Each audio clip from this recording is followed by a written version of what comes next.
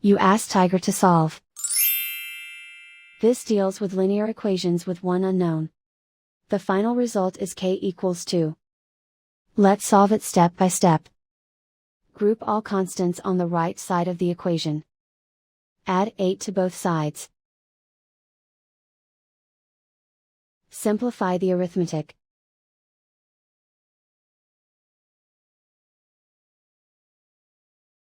Isolate the k. Divide both sides by 9. Simplify the fraction. Find the greatest common factor of the numerator and denominator. Factor out and cancel the greatest common factor. And so the final result is k equals 2.